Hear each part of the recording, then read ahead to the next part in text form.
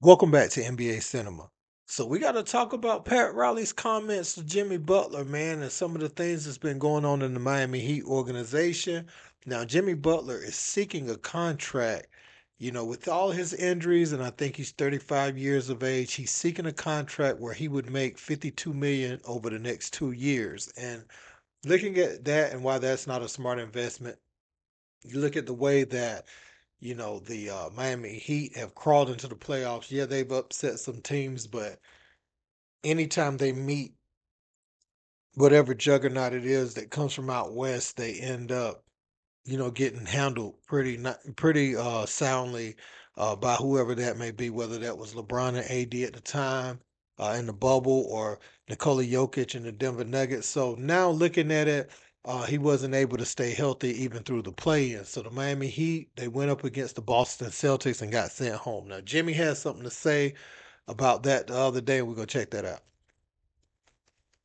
Video this. You got it? Yep. One, two, three, action. If I was playing, Boston would be at home. New York, damn sure would be fucking at home. Josh Hart. Josh Hart. What the fuck that mean to me? Josh Hart. Yo, but stop fucking with me. Come on, man. Nah. So after Jimmy said this, you had Josh Hart reacting on social media. You had others talking about, if and what could have been. But the fact of the matter is you're not out there on the court, and they've kind of had to load manage you in the playoffs, if I remember correctly. He set out.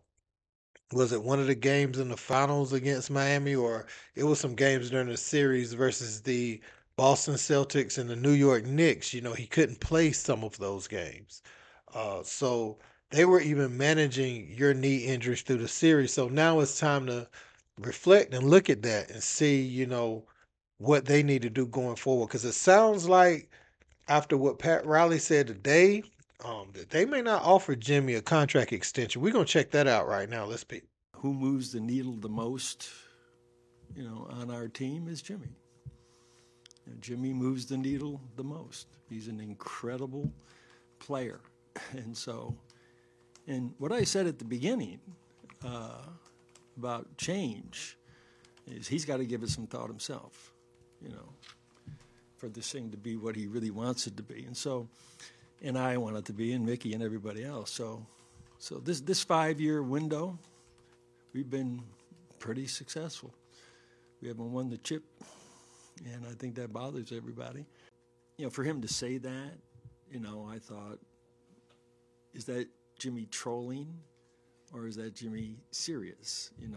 If you're not on the court playing against Boston or on the court playing against the New York Knicks, you should keep your mouth shut and your criticism of those teams. So Pat Riley showing, he's old school, man, and all this chatter that Jimmy Butler's doing, all this Memphis like talking or talking like he's won at the highest level. Shut up.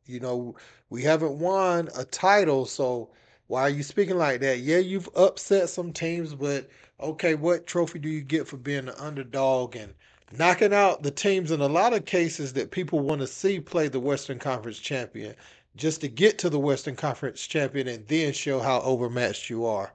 Nobody wanted to see that. They'd rather have seen the Boston Celtics versus the Denver Nuggets. But Jimmy, all of a sudden, he goes back to who he was in the regular season when he gets to the finals. But he has a lot to say about these teams. And, he's talking about definitely the New York Knicks, which they didn't have Julius Randle, but I probably would have gave them a chance this year because you have to remember Max Strus, who was big in the Cleveland Cavaliers, advancing to the second round over the Orlando Magic. He's not on that team. Gabe Vincent wasn't healthy for the Lakers this year, but you can't take players like Strus, who play such an instrumental role, off the team, and Kyle Lowry and think you're going to have the same success. But again, do they bring back Jimmy Butler? I think at some point you have to let Jimmy Butler go, even though it seems like you could have a chance to beat Boston. You could beat New York. You could beat a healthy Milwaukee at times. I think you have to just settle and say the experiment was what it was, but you can't hold on to Jimmy Butler so long that you can't get assets for him. You're going to have to retool, get a little bit younger. This team obviously is not going to win a championship with the current lineup. Bam is a good defender, but he's not a player that you're going to go to and be your main guy. He can be one of the main pieces on your team, but he's not a main guy. He's not even a first option, and ideally, he wouldn't even be your second option on offense. Um, Now, Nikola Jovic, I will continue to watch what he does as a burgeoning player because I do like some of the things he brings offensively. If he can continue to grow as a player, Jaime Jaquez is a good player, but you have to get a star player. You know, you're gonna have to get a star player at some point, or a player that you take into a series and against Jokic or now it looks like, it could be Anthony Edwards and can compete with those guys. I ain't asking them to be better than those guys.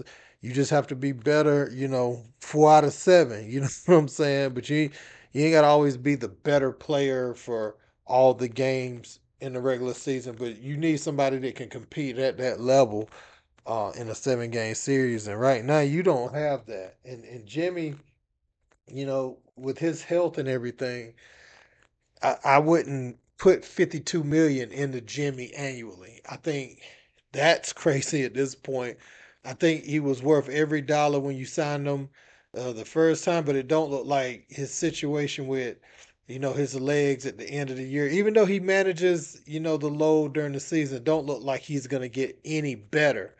So I wouldn't overinvest in Jimmy Butler at this point. Now, if he wants to come back and contribute to the team for a reasonable price for 2 years, I could get with that, but we got to have some cap flexibility to bring in some players that, can complement this team and some guys that maybe we can start grooming into being key components and kind of take over some of the role that Jimmy had. And Jimmy should actually start to think about fading into the Udonis Haslam role for the team. And I ain't talking about from his minute standpoints and stuff. I'm talking about if he wants to be around this organization for the next 5, 6 years, then he has to start beginning to take a step back and let the younger players play. Now you can still start, but I'm talking about the transition over the next 4 years for him. If he's trying to just be around Miami like that, you gotta then in about 2 or 3 years you go on to the bench, you contribute that way,